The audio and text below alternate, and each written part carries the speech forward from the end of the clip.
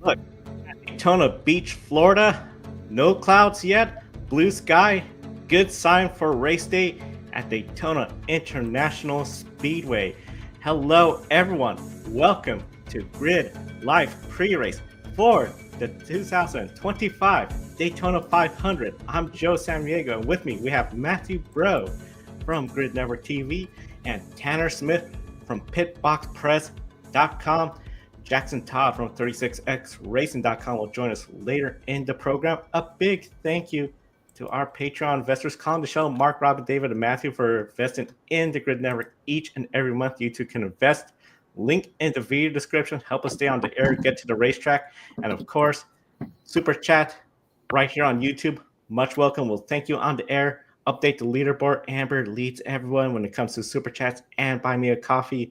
And follow us on social media, gridnetworktv.com, and across social media.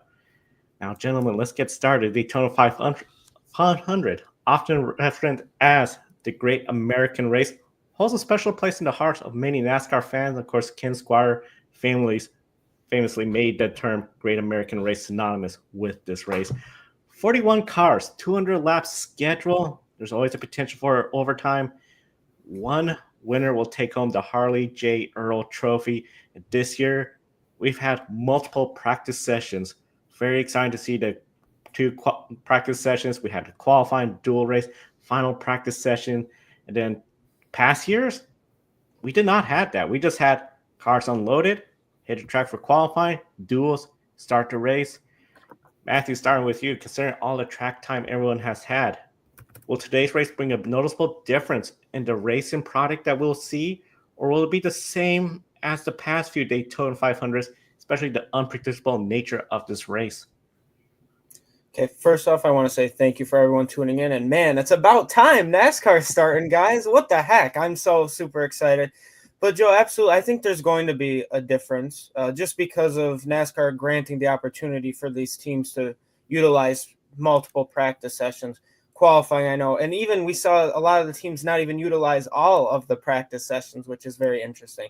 Obviously, there's a couple accidents in the duels where some teams needed to fix their cars nonetheless, but I think it's going to be this. I think in terms of it's going to be different, but it's going to be the same at the same time, right? Because we got more practice qualifying. The duels were spectacular, very fun to watch. Congrats to Bubba Wallace and Austin Cindric. Almost congrats to Eric Jones there too. However, too, unpredictable, yes, absolutely. I think, in all honesty, I mean, you guys can agree or disagree with me. In the last 5 years of the Daytona 500, I really think only one of them has had a predictable winner, and that was Denny Hamlin back during 2020. Because I don't think anyone thought Michael McDowell was going to do it. Austin Cindric coming in his first time full season, getting it done. Ricky Stenhouse Jr. starting from past 30th. To get it done. And then William Byron, great, but he was not really the best in the 500. He had a bad average finish, came out and won it. So this year, I think it's going to be as crazy as ever. So I'm looking forward to it. Excuse me. And I think we're going to expect some wild racing. I think we saw from ARCA especially. I mean, those cars were all over the track.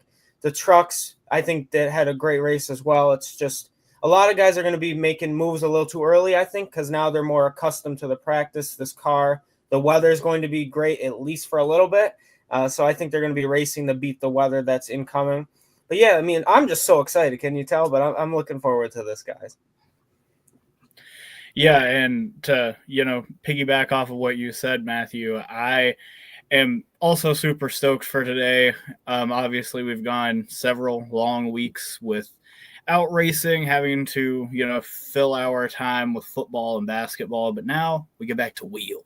And that's what we all want to be here for. So as far as the 500 this weekend, I think that the track has finally aged into being somewhat difficult, which is something I was begging for on the Gay Racing podcast on my appearance last week.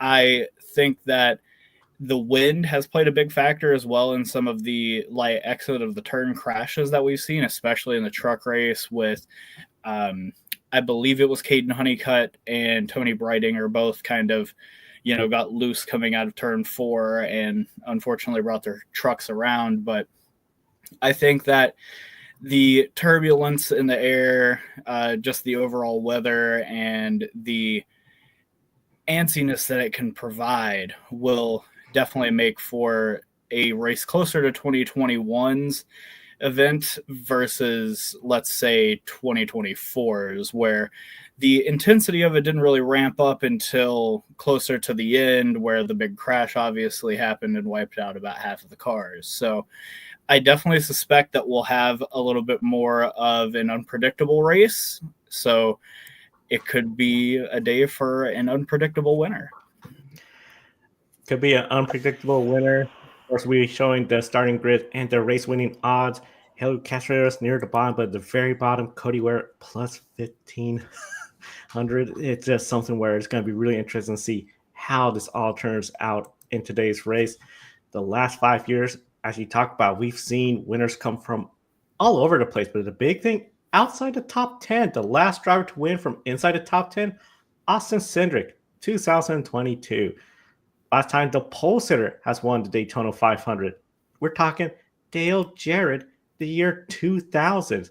I know we could talk about age. Let's not get into that yet. But when it comes to this race, Chase Briscoe is now going to be trying to become that first driver since 2000 to win from the pole. He has the fastest car. We saw that. But he had issues in the duels. They had to work on that car. Tanner, starting with you. Do you see Briscoe as a winning contender for today's race? I could definitely see him mixing it up at the front. I will say that I haven't known Chase Briscoe to be much of a super speedway racer in his time at Stewart-Haas Racing, whether you go all the way back to Xfinity or you take his cup results at its face value. But I think that car is a tenth and a half faster in qualifying than every other car on its own. That is saying a lot, especially at Daytona, where it's really, really hard to get that kind of an advantage over the competition. One thing that did concern me was they brought the car behind the wall during the dual race rather than learn a little bit more about what it was capable of in the draft. So I'm going to be interested to see what happens when he inevitably, gets shuffled out, because that happens to everybody at Daytona and Talladega. You are up at the front, and then 5 seconds later, no, you aren't. So it'll be interesting to see how his car interacts in the turbulent air in the pack and see how he's able to rebound from it. But I definitely think he has a very strong car today, engineered by James Small and Joe Gibbs Racing. So he should definitely have a shot to win today if he can keep his nose clean, but we'll just have to wait and see. Yeah, I definitely agree with that. I think the biggest shot to win today is Bass Pro Shops. I know they're on 3 cars, I believe 3 manufacturers. I think that's hilarious. I want to point that I believe Seriously Fast Motorsports pointed that out with the graphic that Bass Pro posted. So do I think Briscoe's a winning contender? Absolutely. I know his stats, like Tanner mentioned, don't really speak for themselves here. I mean, I believe he has the 20th best average finish of all the guys in this race at Daytona in the next gen era. I don't really want to base it off of other stuff, just the way this car is. But I think he only has like 1 top 5 here, and it was the year, I think it was Cindric's win, I believe, because I think he was missing like a quarter pan, something like, or front of the car. But yeah, it did concern me a little bit too. He didn't really get that same practice during the duel when he was inevitably, he started on pole for that and then kind of dropped back. But he'll probably be shuffled out within the first couple laps. That's just how this goes. But I think he's confident. It would be really awesome to see for new car, stuff like that. I know Trey Ryan now, I want to shout him out. He's been very helpful for GridNetworkTV.com, always include his stats. Now over on NASCAR Insights, you can follow them on social media, especially X has a lot of the stats, own account.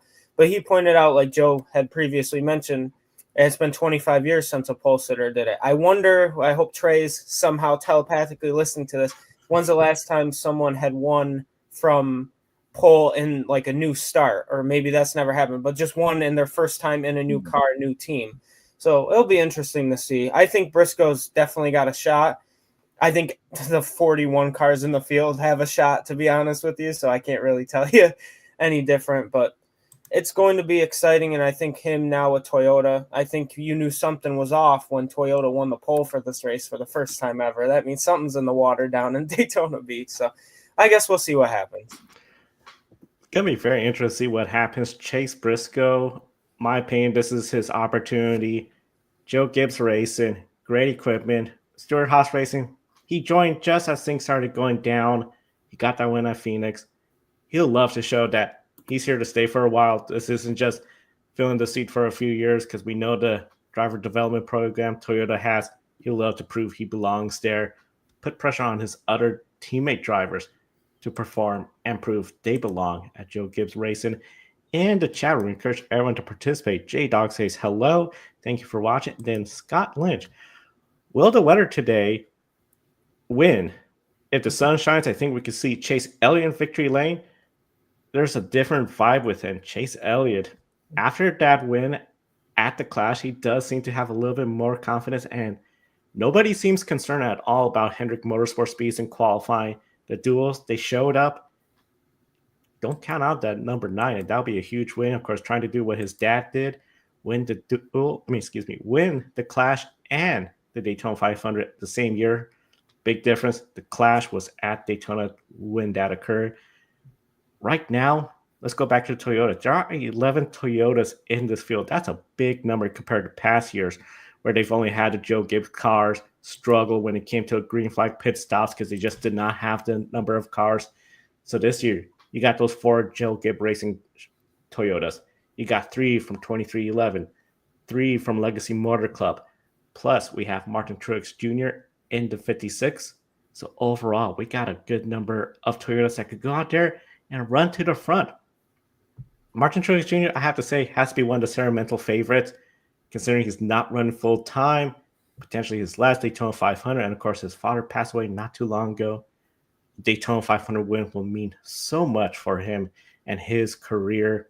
Just to sort of end it on such a high note, Matthew, how do you like Toyota's chances today, given that they don't have the disadvantage of having so few cars in the past, and is Truex on your short list of winning drivers? Yeah, absolutely. I think Toyota this year, it seems the vibe's a little different. I know Scott Lynch mentioned the vibe with Chase Elliott's different, and I think that is too. I think there's a positive vibe there. Also with Toyota, and then especially Martin Truex Jr. You know, he talked in an interview that he had this race set up even before he retired. Didn't matter who it was going to be, but it was going to be Toyota. It was going to be Bass Pro Shops with Johnny Morris and James Small, stuff like that.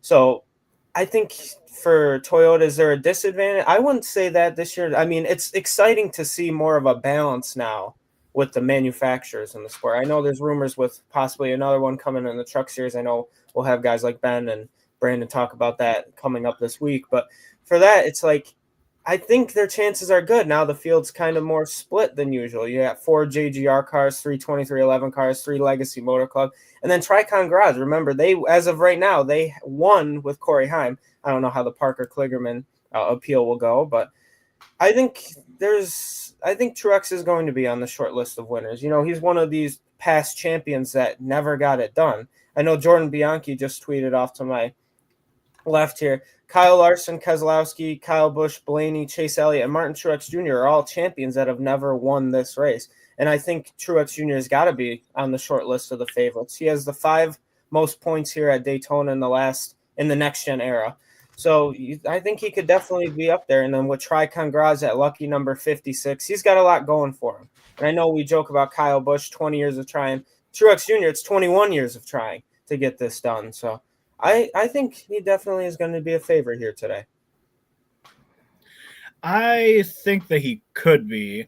I didn't really see a whole lot out of his car in the duels or in qualifying that really gave me a whole lot of, confidence in his ability to command the race, we'll say. I believe he qualified on speed in 22nd, which is directly in the middle of the pack. And I do think that he will probably be the Toyota that is the most rogue today, because obviously he doesn't have a full-time ride this year. He's retired, quote unquote. And I definitely think he'll be out there trying to make a performance out of this. I think that he has a very good opportunity with Tricon Garage to go out and get them their second win of the weekend. Shout out to Corey Heim. Sorry to you, Parker Kligerman. But I think that overall, Truex still, to this point in his career, has never won a super speedway race. I think everybody as far as the sentimental aspect are concerned. They're focusing a little bit too much on that and not focusing enough on Truex's craft at these races. And I think that, he has the same chance that everybody does to win this race, but I don't think I have him amongst my list of like top 5 contenders. I think that if he survives this race and has a chance at the end, he's proven he can come within about a foot of winning here before. So obviously keep your eye on him, but I'm not as confident in him as Matthew is. It's gonna be so interesting. I think you said the key is survival. I feel if Truex could survive and puts himself in winning contention, watch out, because that's where he's really gonna just go all out. He wants that win, but it's just survival and winning a super speedway races. People will say it's luck, but there's a lot of skills still just to avoid all the trouble you could get yourself in. Question in the chat room for you both. Adam asks, can Helio or Shane Van Gisbergen finish in the top 20? Tanner, starting with you, do you think one of those two or both of them will be in the top 20 today?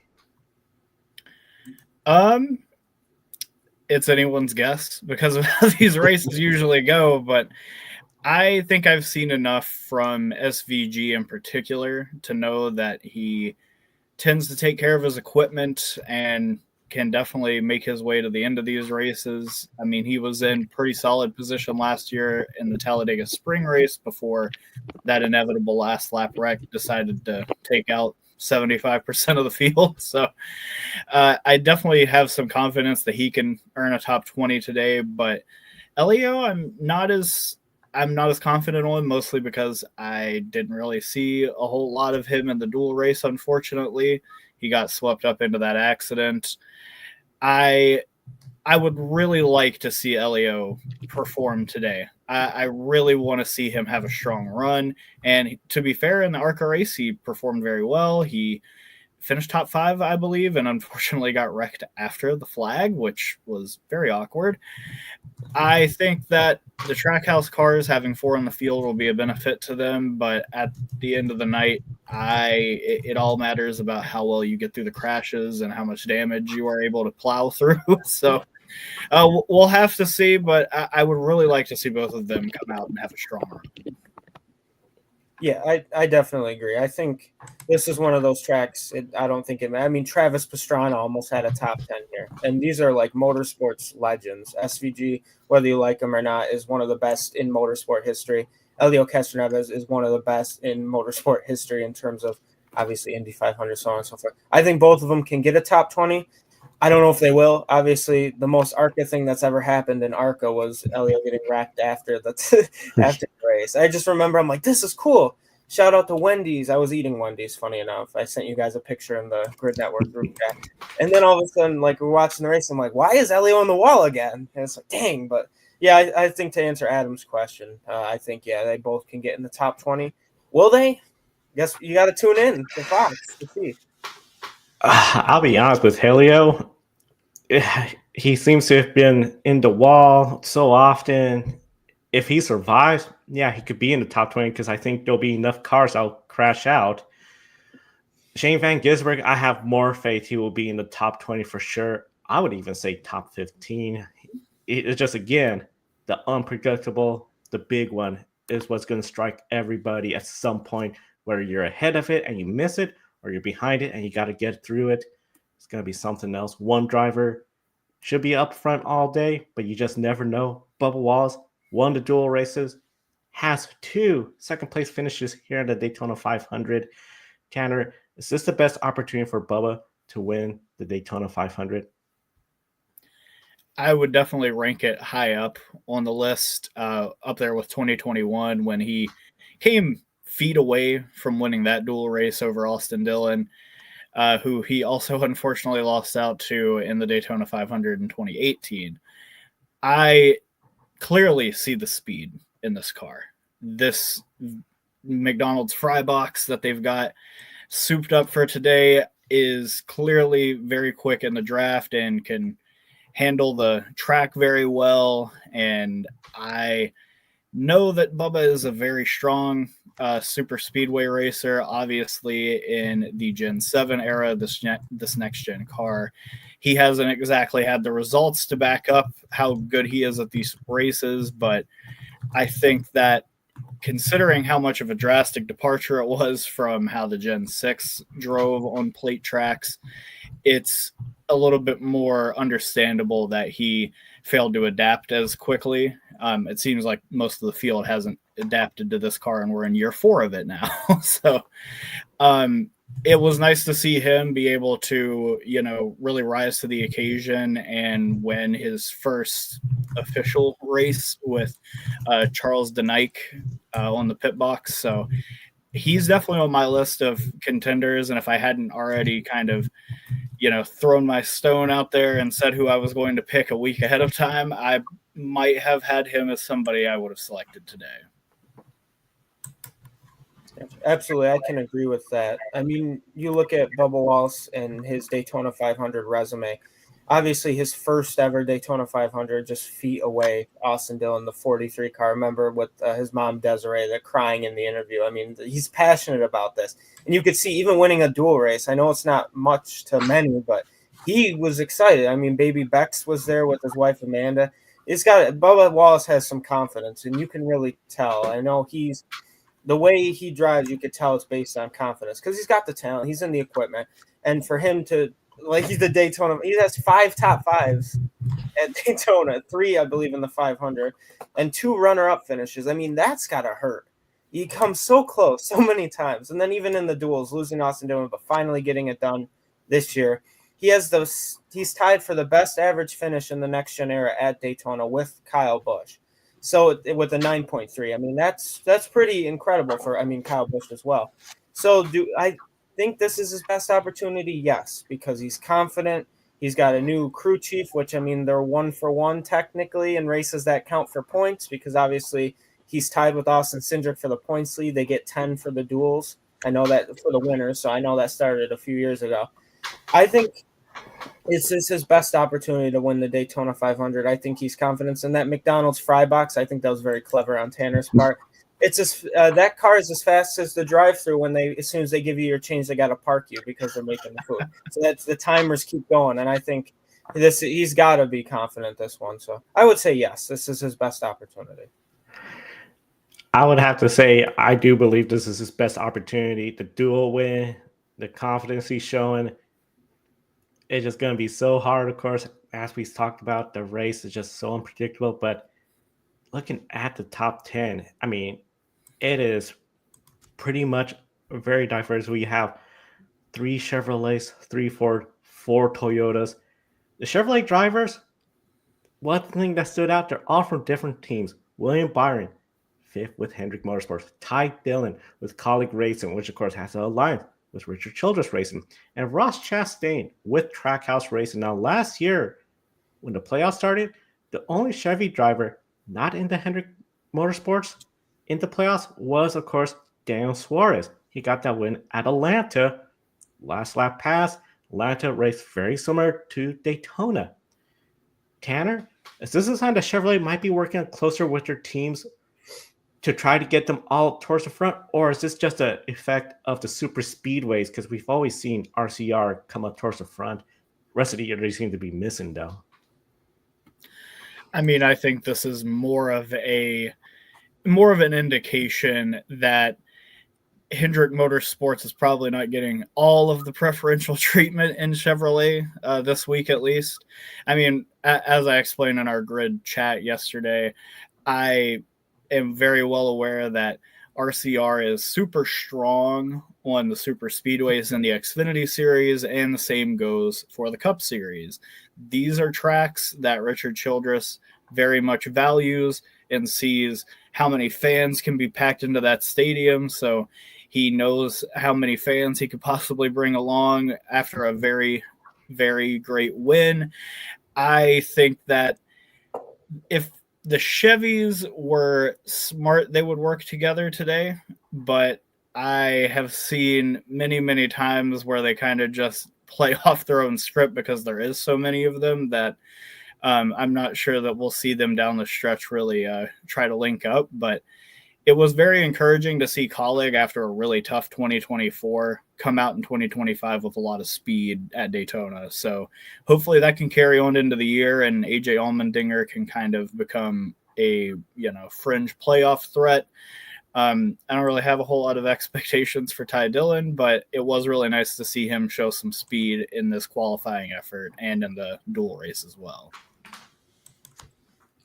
Yeah, absolutely. I think with Chevrolet, they probably have to work closer. I mean, after last year at Daytona when Harrison Burton won, I know Chevy really put their foot down on Parker Retzlaff, and that was a race that I guess didn't matter as much as the 500 might per just the aura of the race, I guess is the best way to describe that.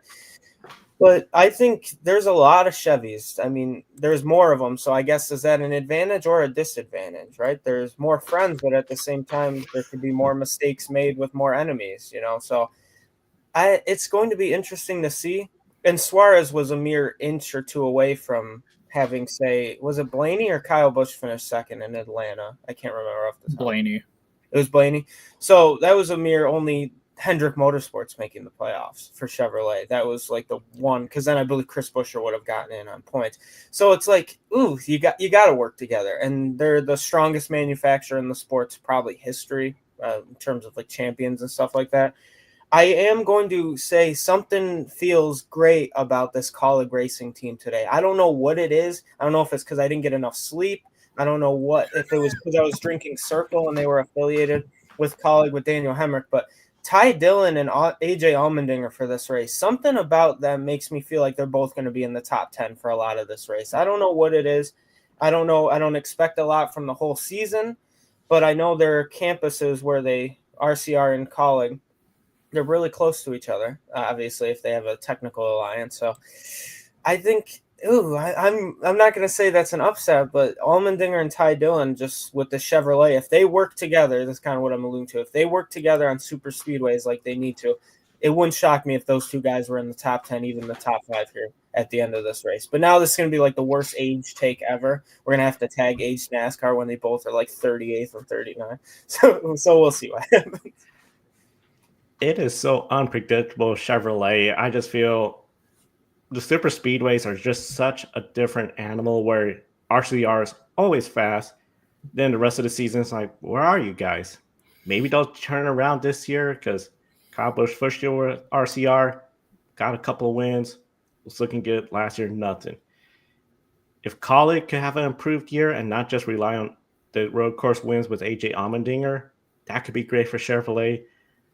For me, I think it has to be a wake-up call for Chevrolet that, okay, maybe we should help our teams a little bit more. You have the most in the field.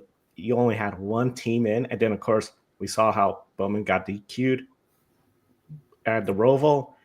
I was going to say Kyle Larson. I mean, Martinsville, if it wasn't for the mess with Bell, the wall ride, you could have had no Chevy in that Final Four. So I think Chevrolet might be a little bit stronger when it comes to helping their teams out, but it'll be interesting to see super speedway effect. We'll know after Atlanta, because Atlanta races so similar to the super speedway. And of course, the total again, 17 Chevrolets, 13 Fords, and 11 Toyotas in the field. We are now joined by Jackson Todd from 36xracing.com. Jackson, Austin Cindric, already Daytona 500 champion. He won last year at Gateway. He has 115 starts. You said in your video you think he could have a breakout year. When it comes to the Daytona 500, is Austin Cindric someone you see as a favorite or an underdog to win this race? Oh, yeah, he's a favorite. I think in the last – we haven't had – the last stretch of Daytona 500 winners have been there's been some funky ones in there. I don't – that's not a – secret, I guess. But Cindric he's done great on the last batch of drafting races. He won, obviously, his performance in the duel. The win was not as clean cut as I'm sure everyone would have liked, but he still won the race. He's filled right into the Penske, just drafting track. I guess it's not technically a domination, but they're always up there. They're always running well. He's just slipped right into that group. Not to mention, of course, kind of what what you said there, 115 starts. He's hitting his peak. I think this is going to be his breakout season. I think if he became a 2-time Daytona 500 champion, like not only is that in the cards, like that would just launch really a fantastic season for him. Now, of course, we have a link to your prediction video in the video description. Encourage everyone to check that out. Subscribe to your channel. Now, one of the things that stood out from your prediction video, you mentioned about Dan Suarez on the hot seat. He won at Atlanta. Of course, that epic 3-wide finish. Nearly won in Atlanta again during the playoffs. That could have really changed the outlook of his season. Considering your thoughts, would a Daytona 500 win secure another year with Trackhouse? And how likely is Suarez to win that Daytona 500? It would certainly be great for Suarez, of course. Winning solves everything. That is one of the most important phrases in the sport. A Suarez win, it would buy him. It would ease the pressure a little bit. I'm not sure it'd be enough to lock in another year at Trackhouse. Winning the 500 would obviously carry a little bit more weight than winning Atlanta or Talladega in the spring if we're talking drafting races. But I think he has an okay chance to win the 500. I'm checking my notes here, but other than that win at Atlanta, a pretty poor.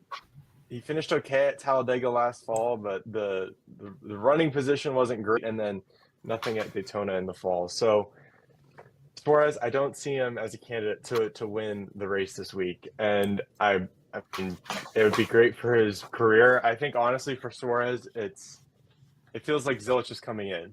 So I think for Suarez, it's about his audition to work somewhere else. So maybe he wants to be a Chevy team player on Sunday. I have to agree with you. I feel with Suarez, if he has a good race, that's going to help his stock for next year auditioning. If he wins the Daytona 500, I think it might be there are the circumstances considering how wild and unpredictable this race has been. And of course, this race, as unpredictable as it has been, we've seen some winners that have been underdog favorites. One of the big things, of course, you follow drivers under 100 start mark. I mentioned Austin Cindric won the Daytona 500 early in his career. What other drivers near their 100 start will you be watching today?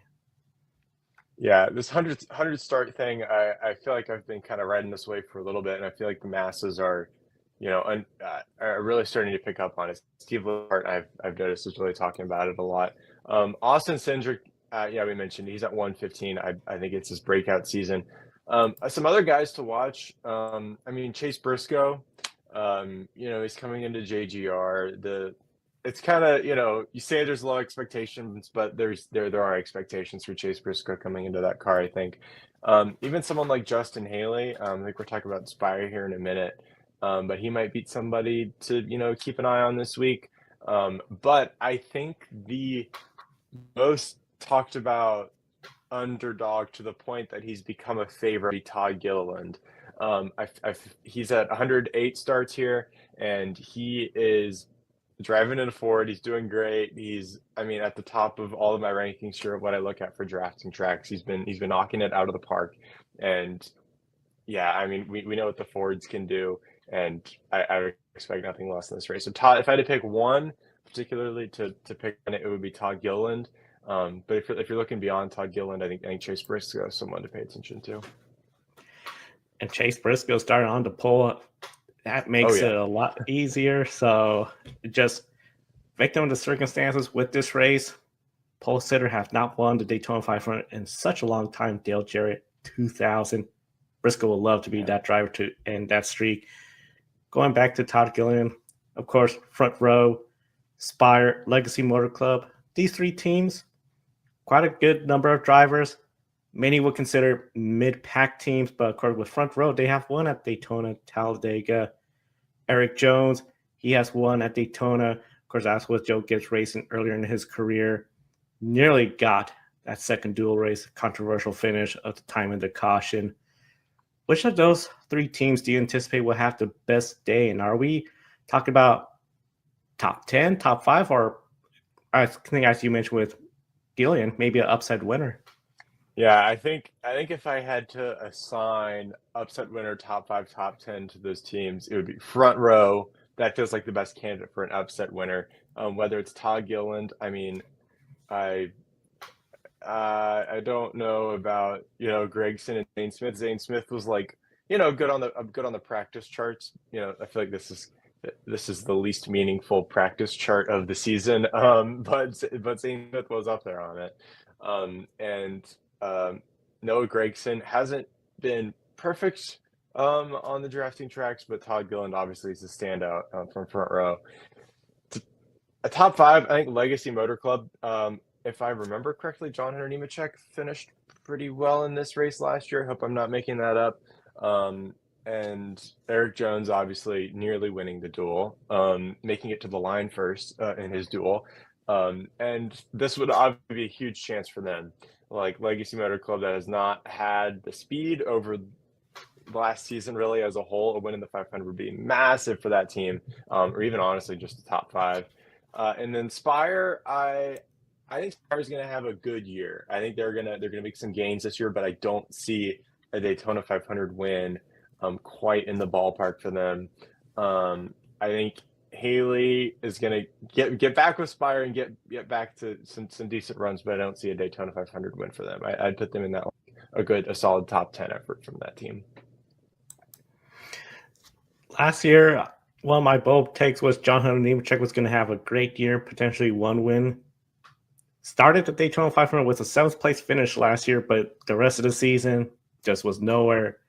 Be great to see if that team could just rebuild, keep getting that positive momentum, because Daytona 500, winning that race, biggest race of the year, will be huge. The list of winners is very diverse, as we've talked about, from some Hall of Fame members, upset winners. Trevor Bayne, of course, one of the biggest upset winners we've seen quite recently here. General, this race is just so unpredictable. It's so chaotic. But in your opinion, which drivers overall stand out to you as a winner and has stood out this week?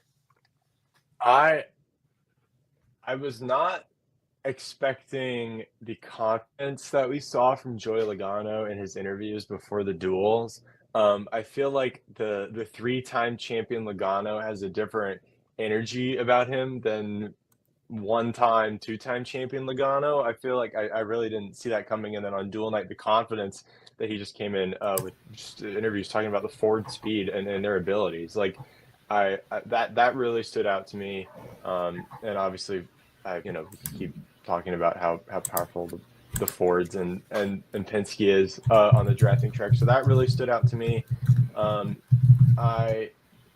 I kind of go back and forth on Chase Elliott on these drafting tracks. We talked about it pre-race on the duels.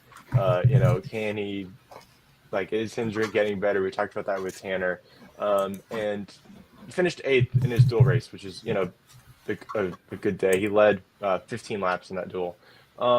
Chase Elliott, I don't know if maybe I'm not impressed or stood out to me, but somebody that I guess I'm just keeping an eye on this week. And then of course Bubba Wallace winning the duel. That's huge.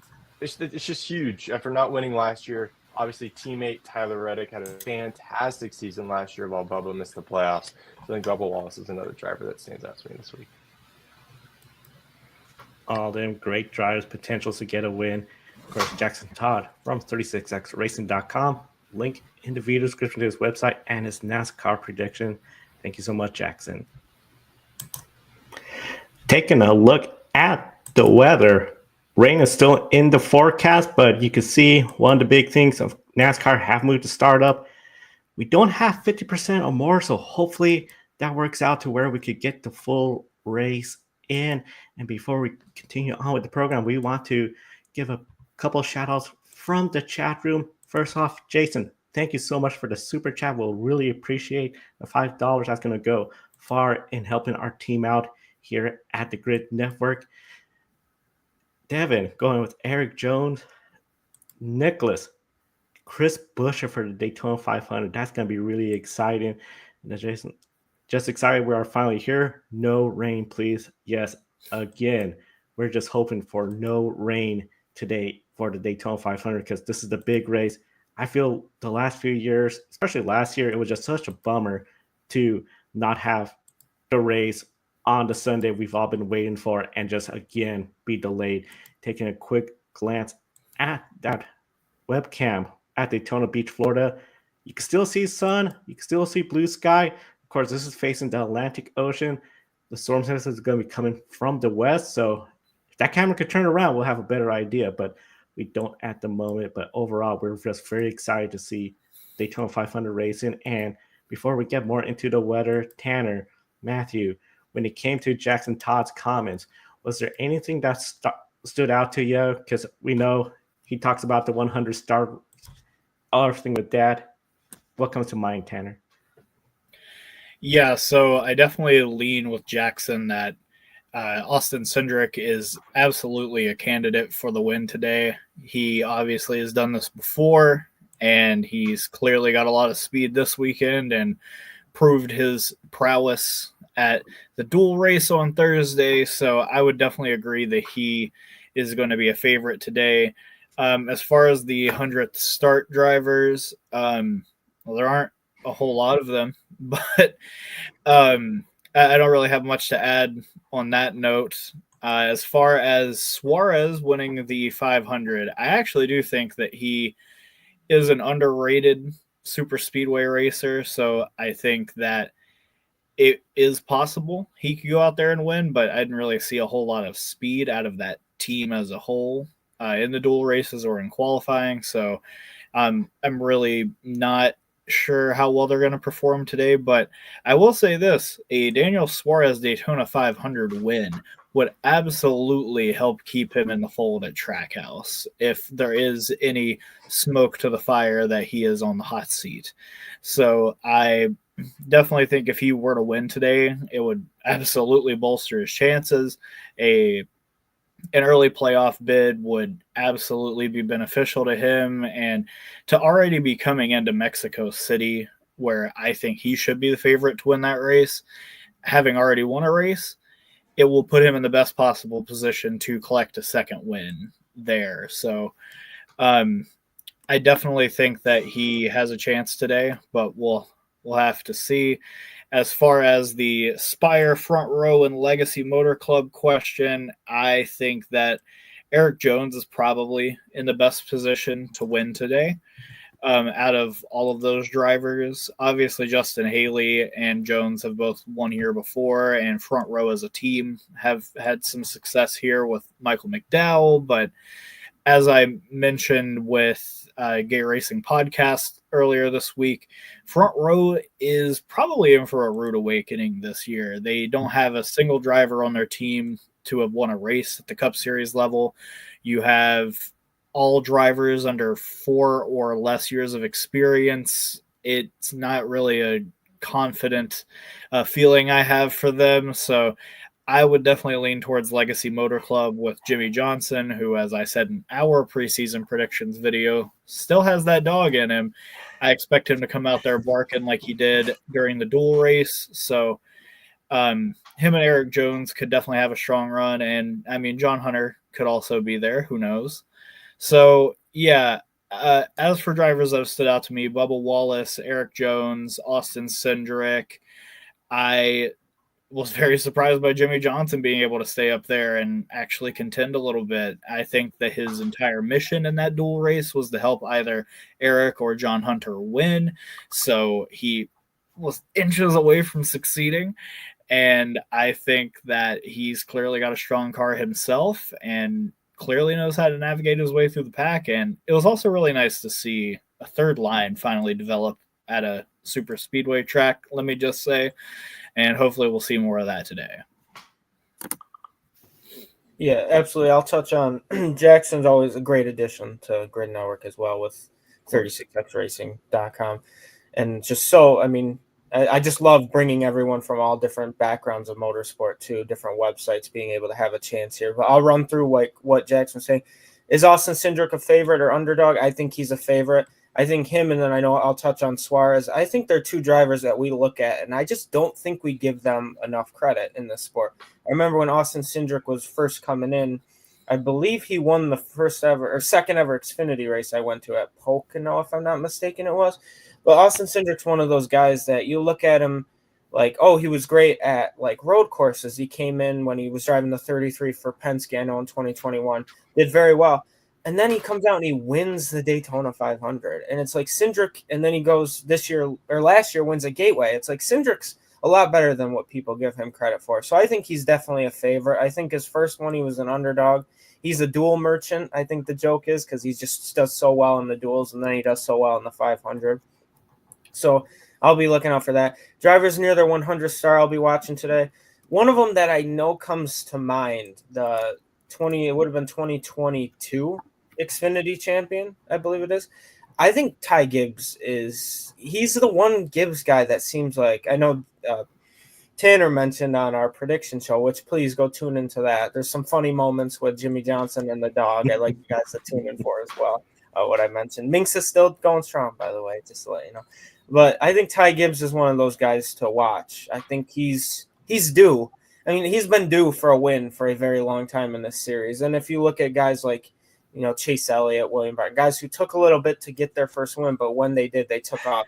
I think that's the wall right there for Ty Gibbs, is that first win. And then I think he's going to shoot up and really be a superstar in this sport. I still think he's a future Cup champion. He's young, so we'll see what happens. But so he's my guy watching. Trackhouse, Daniel Suarez. I think he's also on the hot seat, but I think a Daytona 500 win would help. I think the whole rumors with this charter agreement, I know you can only have 3, but if something were to happen, I know there was that rumor that just came out that if 2311 and Front Row win the lawsuit, there might not even be a charter agreement or something. So if they might get rid of that, as an example, I think if there could be a 4-car team over there, I think Project 91 might cease to exist. And I think they would give Suarez the 99 and just move Connor Zilic up to the 87, depending on how well he does this year. So I think that's one. I agree with all of you guys when you say I think Zilic is that seat's staying warm for him, but it depends on Suarez performing. I think he's very underrated. I think he's won road course. Where else was Suarez win? Oh God, I'm drawing a blank. Oh, Atlanta. Duh. Okay, I'm losing it. So super speedway road course, similar to Austin Cindric, guys who can do everything, just maybe not the highest level, but they're very good, like across the board. So that's how I'll stop yapping about that. For guys like front row Spire, I agree with Tim saying it might not be their year, but at the same time, I look at it. I think Todd Gillen could be a threat here. He's always great at these super speedways. Zane Smith, I'm very confident in Zane Smith. I've always been. And the same with Eric Jones. I always say I think he kind of would be a winner if he was on another team. Hopefully Legacy does better this year. And then he showed out, like one of the previous comments. We all thought Eric Jones won that race by I can't even show how much that the difference was there. I think they might have a great day. Carson Hocevar, I think someone that's being slept on, especially with the betting odds. I know Joe showed Hocevar's way in the back for somebody who had a really good rookie of the year. He was rookie there, but a good rookie year in general. And then the last one, drivers that stood out. I know we touched on it. Pretty much the guys who did well in the duels, right? Cindric, Bubba Wallace, Eric Jones, I think shocked a lot of people up there. And then same, I know Jimmy Johnson, he's racing out there to get data, but he's still got a little bit left in him, and it would be awesome to see. This is his 22nd Daytona 500, I believe. It would be awesome to see him get it done again. So we'll see. But, yeah, thanks for Jackson coming on, obviously, to be able to record that. And I'm excited. I think we're going to see a lot of upset and sleepers, and I think Ty Dillon's another one. Then I'll stop talking. I apologize, Joe. Ty Dillon's another one who I think shocked me a little bit, and I think he's got a lot of confidence coming into today. Eric Jones, he knows how to win at Daytona. I think he's so underrated, just a matter of luck and everything to get into victory lane. Now, of course, all this talk about the race, but of course the weather, we've been following that. Again, here is the latest weather forecast that we saw. 40% chance of rain, then it goes up to 64%. NASCAR has moved to start up, so hopefully we'll get some good racing today at Daytona International Speedway. I got to say, for the both of you, Matthew, do you think weather will play an important role in how the race pans out? Yeah, I mean, absolutely. I think for some reason, whether it's in the Earth's core or shift, for some reason, the second or third Sunday of February every single year in Daytona Beach, there's always got to be rain. It's just for some reason, it's like that. I think weather will play out because I truly believe we're going to make it maybe not even halfway, maybe 150 miles, 200 miles before rain hits. And it sucks because there's nothing you can do about it unless you have a multi-billionaire somehow put a dome over Daytona, which is not possible. So I guess we'll see. I think weather will play an important role. I think a lot of the guys in this field got wins based on how they drove, knew weather was coming. I know Justin Haley got to the front. Bubba Wallace's Talladega when he got to the front up there. So, well, and then Chris Buescher at Pocono many moons ago got to the front to win. So, will weather play an important role? Yes. It just depends on if they throw the caution early enough, or you remember that Daytona race where it was still wet and Austin Dillon when they wrecked the entire field pretty much. That I remember watching that. That was crazy. The windshields had rain on it. But yeah, weather will play an important role. I think it will be before the end of stage 2, maybe midway through stage 2. I think give or take 150 miles into this race, I think we're going to see rain. I'm going to be brief. We're probably going to see rain. I think it's going to affect how the drivers race, and I think we'll likely see kind of like 2021 where there is a big multi-car crash on like lap 25 because people don't know how to like keep their bearings about themselves because they haven't been at full speed and so long. So I would like to think that rain won't play a factor, but even the threat of it plays a factor in how these races play out. So I would say that we'll probably see rain. I'd really hate if the race got ended early because of it. So let's hope that if there is any, it's early and we get it out of the way without, really any major interruption. Yeah, hopefully we don't get any major interruptions. In the chat room, Jason said he would like to see Chase Elliott win. Now, of course, Chase Elliott, on this list of drivers of Kyle Larson, Ryan Blaney, 3 champions that have not won the Daytona 500. Let's throw in there a couple drivers that have been in the championship before, but have not gotten that championship yet. Christopher Bell, accomplished racer across motorsports. Tyler Reddick, great year last year for 23XI. Now, you got those past champions. I left that one notable past champion, which we'll talk about later, Bell, Reddick. Out of those drivers, who do you think has the best position to win, Tanner?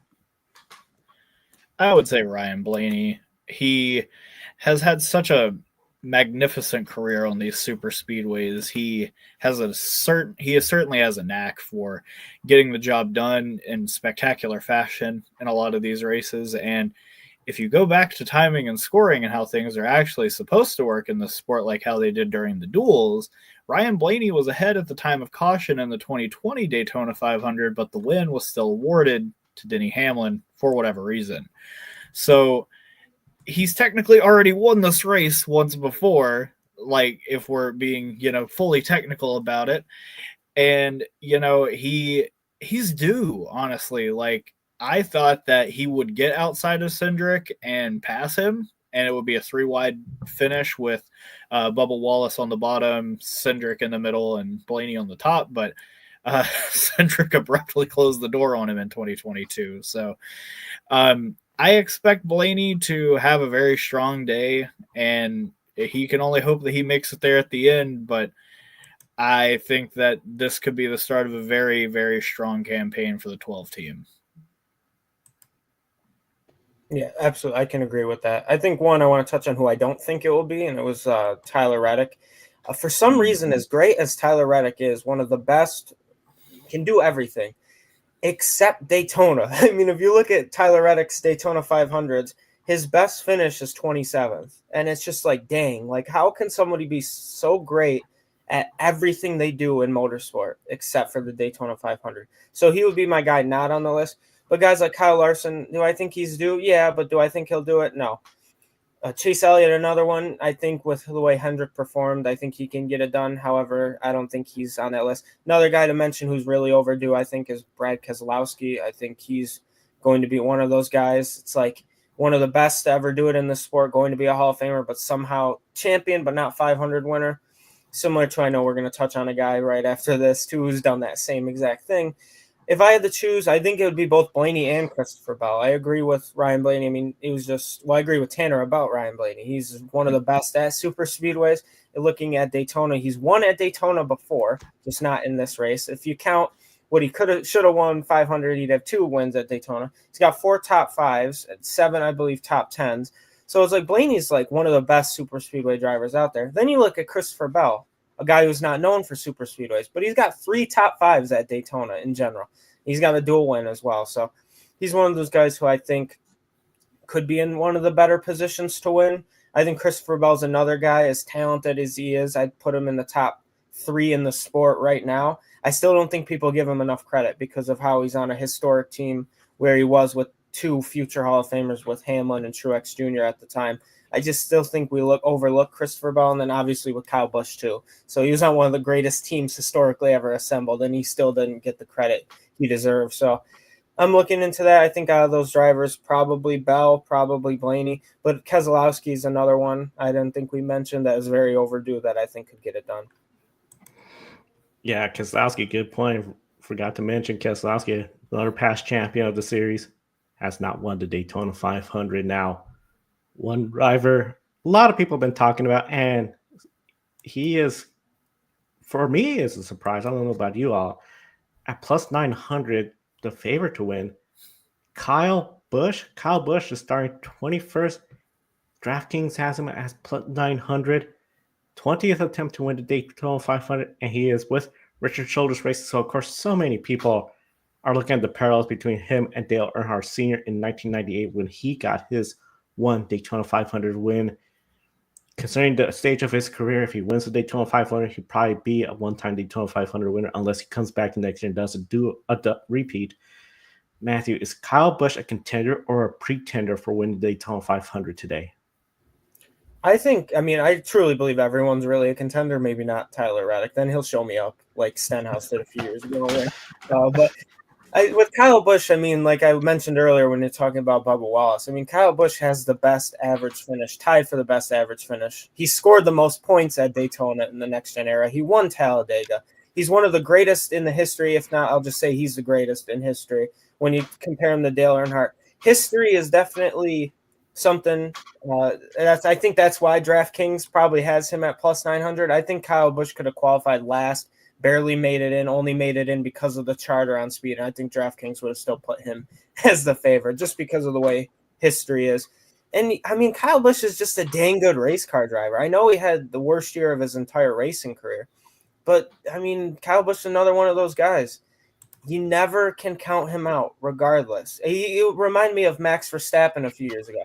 I had Max Verstappen pick a winner when he was 19th out of 20 on the grid, because that's just something that Kyle Busch brings to the table. I don't care where Kyle Busch is starting. I don't care if they start him backwards and he's got to do a 180 to start. Kyle Busch is one of those guys you got to put in contention no matter where you go, regardless of how RCR equipment has been the past couple of years. So I think he's definitely a contender. I've been banging the Kyle Busch drum probably since Phoenix last year that he is going to win this race. And I'm standing firm in it today. I think he's a contender.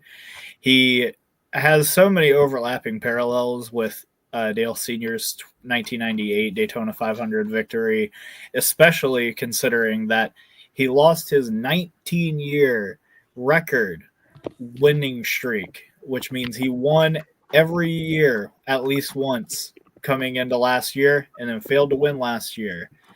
He is coming into this weekend with a full head of steam, driving for probably the second best team to create a super speedway car behind Team Penske in Richard Childress Racing. So if it were me and I was a betting man, and I'm not, I would definitely put money on Kyle Busch, and I'm glad that other people are starting to jump on the old narrative wagon with me. So it's good to see that the odds makers are making a fine choice as well.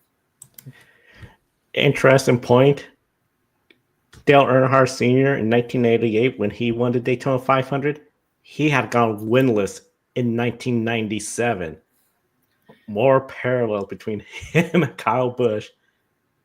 It's going to be really interesting to see what happens. The odds have Kyle Busch as a favorite, of course, in the very opposite end. Cody Ware plus 15,000. If somebody is willing to bet on Cody Ware to get the Daytona 500 win and you get that win, you earned it.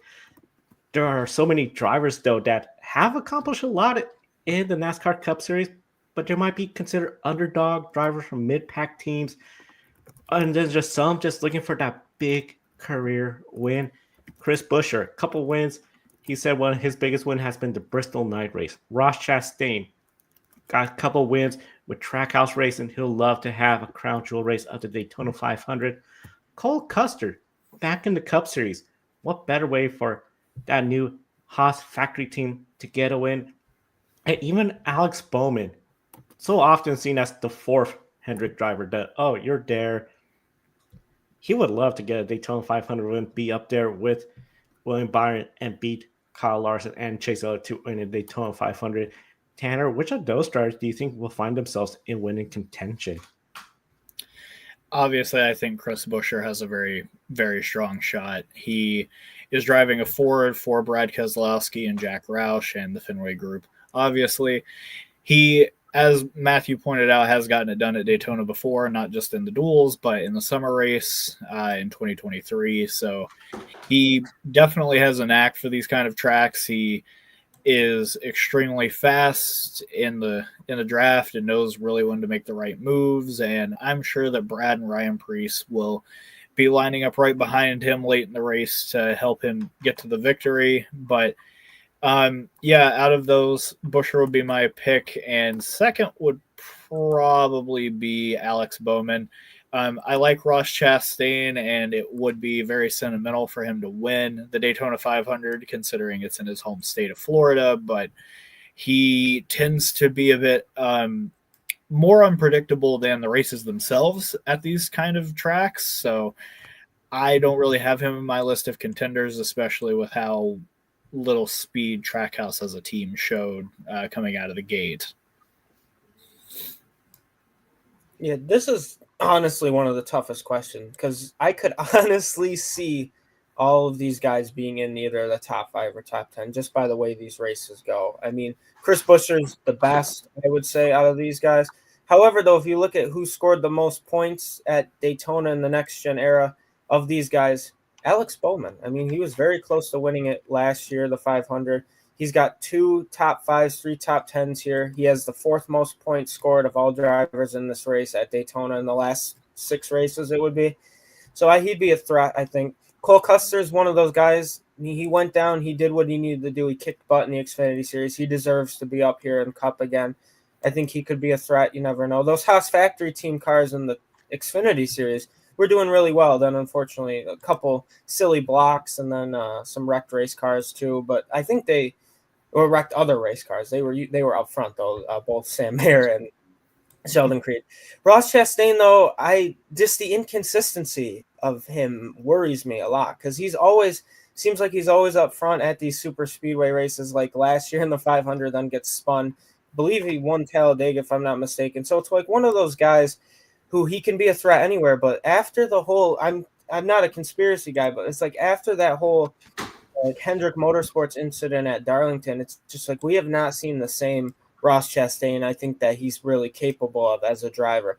So he could be a threat to steal the show. He's been very quiet. All the Trackhouse attention has been on, obviously, Elio Castroneves, SVG, Suarez. But, Chastain's the best, I would argue, the best driver on that team in terms of where they've been in the Cup Series since the team started. So we'll see what happens. But I wouldn't count out any one of those drivers. I really wouldn't.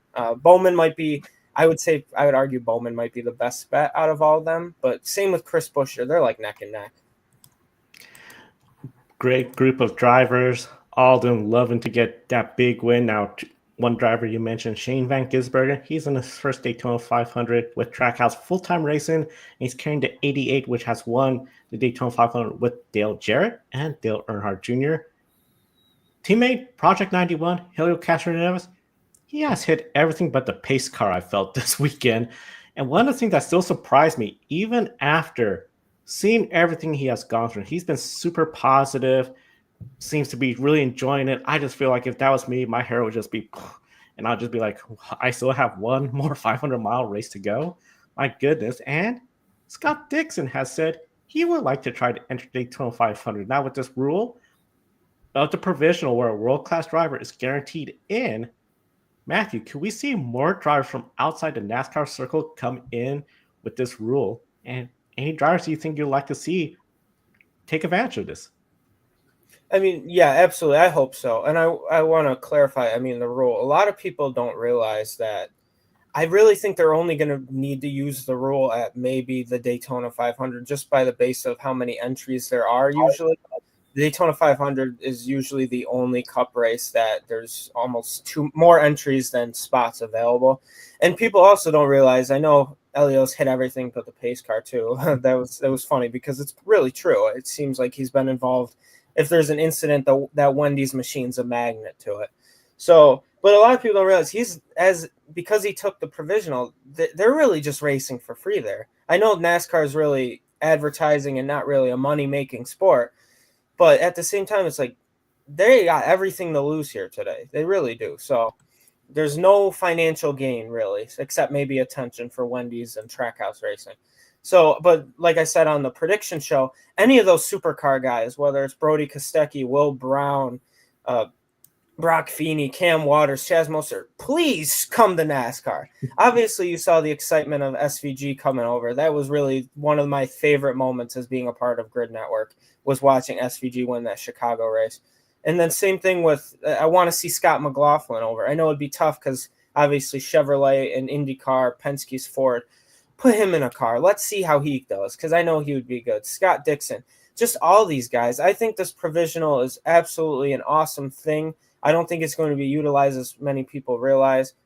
So we'll see. However, I do want to clarify it's going to be a small little rant, so I apologize. I absolutely hate the disrespect we're giving Helio Castroneves, especially some of these NASCAR fans. I mean, let's be honest here. I know they're mad about Mike Wallace, but at the end of the day, this is Helio Castroneves. This is four-time IndyCar runner-up Helio Castroneves. This is IMSA champion Castroneves. This is four-time Indy 500 champion Castroneves. He's one of the best to ever set foot in a four-wheel racing vehicle. Stop with this tomfoolery, in all honesty, giving him this disrespect. It's annoying. They're giving him like the Juan Pablo Montoya treatment. I will argue Juan Pablo should be on Mount Rushmore of motorsports. He's that great. Castroneves is up there too. And yes, I use the Kevin Harvick, just some random word. Tomfoolery is my word. And then we're talking in the private chat. This is empty, Joe. I had a caffeine.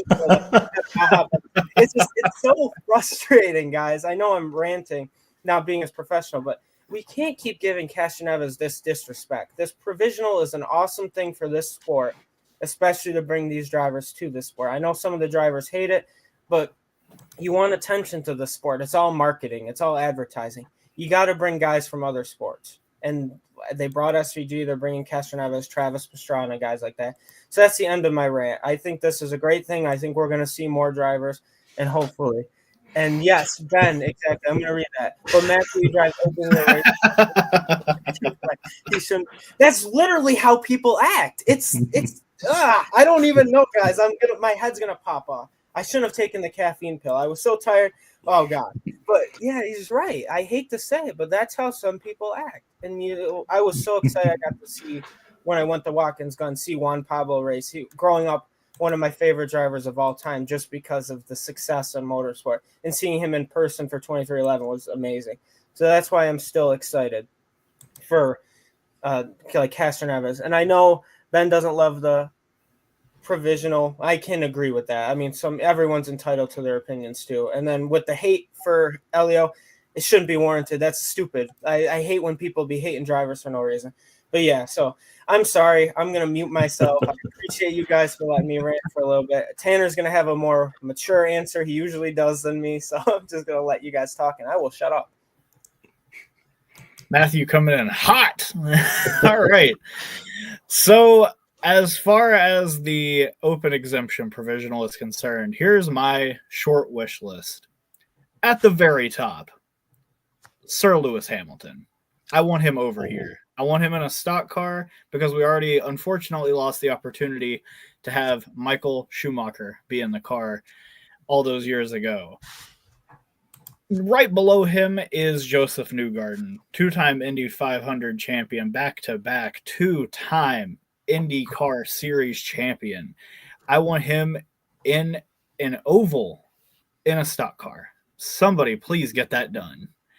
Right behind him is his teammate, multi-time Supercars champion, Scott McLaughlin.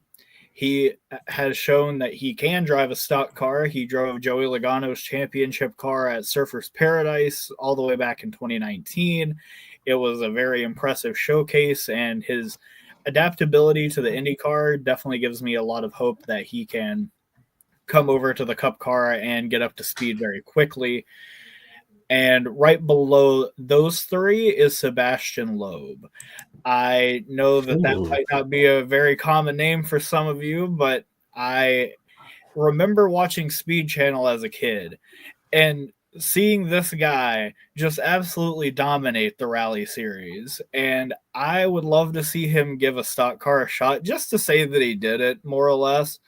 Obviously, we also have all of these fantastic supercars drivers that Matthew already listed, so I won't bring them up too much. But I guess the only other one that I can think of off the top of my head is like Philippe Albuquerque, noted IMSA prototype driver. He has shown a lot of speed on road courses in his time, so I would love to see him give the next gen platform a shot. One other thing I'd like to add, though, is I would love to see NASCAR give a little bit more of a boost to their lower series that aren't as heralded. I think that the NASCAR Mexico Series, the NASCAR Brazil Series, the NASCAR Canada Series, and the NASCAR Euro Series all need a little bit more juice given to them by the sanctioning body. And I think that maybe having one of their champions enter a race whenever we visit, those countries or those continents in the Euro Series case, having them have a guaranteed spot in the race to kind of prove their chops in the next gen platform would be absolutely beneficial to those series and the sport as a whole. I think that someone like Ruben Garcia Jr., who just won his 5th championship in NASCAR Mexico Series last year, having him in the NASCAR Mexico race at Autodromo Hermanos Rodriguez, that would be fantastic. I would love to have him in that race. And it would also give a really neat element to someone like Daniel Suarez, who has raced against him, to have somebody who is also carrying the same flag as him enter that race. A lot of great drivers out there. I would love to see, he's doing some sports car racing, Valentino Rossi. Oh, yes. That would be great. Sebastian Ogier, who still runs part-time rally racing. That would be great. So many great drivers. In the chat room, Scott, the Speed Channel comment just made me feel really old. I still remember when it was the Speed Vision channel. I missed that channel. I wish we had that. And a big thank you to our newest member, Laurie Smith. Thank you so much for investing in the Grid Network. We really appreciate it. Your name will be added onto the leaderboard. So that's it. It's now time for the hardest part of the show, and that is everyone's favorite game at the same time. Pick a winner. And we encourage everyone in the chat room, comment, who do you think is going to win the Daytona 500? Look at the leaderboard. Matthew Bro, you finally got on the leaderboard with Oliver Rowland's win. Josh T as well. Matt White, though, he now extensively with 3 points. Overall, 1 point per winner. We still have over 190 races across the Grid Network, Grid Ranking, and Endurance Performance Index. So, encourage everyone watching us live, comment in the chat room, who do you think is going to win? Tanner, starting with you, who's going to win the Daytona 500? You have seen him in victory lane more in your lifetime than any other NASCAR driver. He is known as Rowdy because of his freewheeling, rough and tumble racing style. You have seen him win at pretty much every racetrack on the NASCAR calendar across all 3 series in a variety of vehicles. I'm talking, of course, about Richard Childress Racing driver Kyle Busch. I think he is going to win today.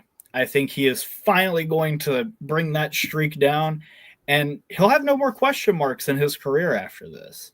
Like, you can say what you want about how, he's gone to the championship for X amount of times and hasn't come out with the title on a majority of them. I don't care about that.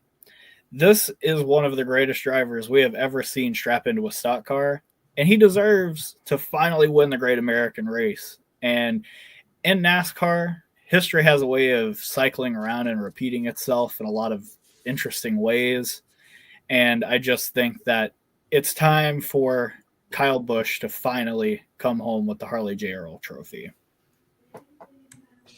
My pick a winner, Christopher. I'm gonna go Christopher Bell. That's my pick a winner. Oh, it's tough because I have debated this all day long. And I was talking to my father earlier today. He actually went with Martin Truex Jr. My dad's one of those history guys. For him, pick one of those guys. But for me, too, I was going to say Bubba Wallace. But then I said to myself, damn, history loves repeating itself. And a little bit of you know what that is? That's the GOAT, and who I believe is one of the GOAT. 20 years of trying. Damn, I brought it out. One of the historic. Ooh, wow. Cars. I love this. This is a prized possession right here, and I had to go find it before the show. That's why I was almost running late, guys. Kyle Busch. Give me Kyle Busch here. I'm finally. Yeah.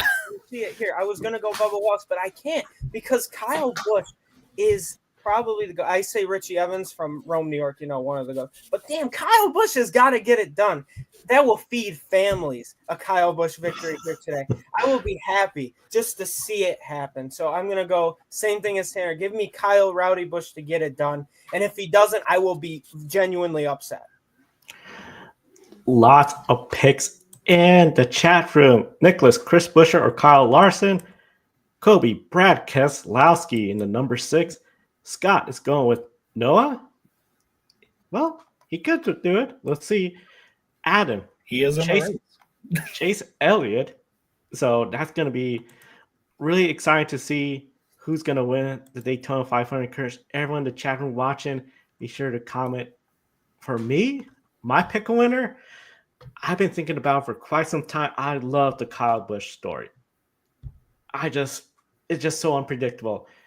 I feel Kyle Larson could finally have that race.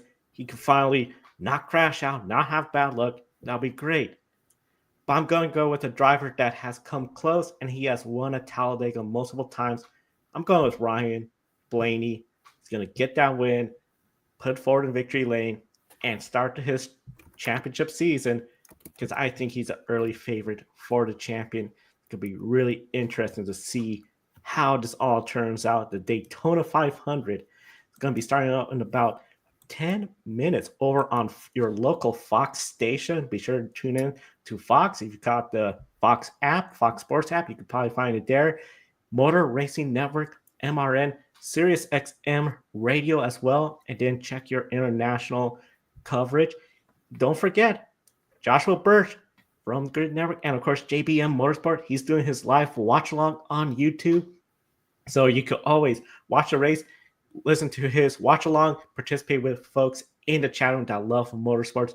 And a big thank you to everyone in the chat room that subscribed, hit the bell icon. A big thank you again to our newest member, Lori, for investing in the Grid Network, and Jason for the super chat today. We super appreciate it. Big thank you to everyone. Fun show as always. And Devin is going with Larson for that. So it's going to be really interesting to see. And everybody will be watching the Daytona 500. For Tanner Smith and Matthew Bro, I'm Joe Samaniego. Thank you for watching and enjoy the races.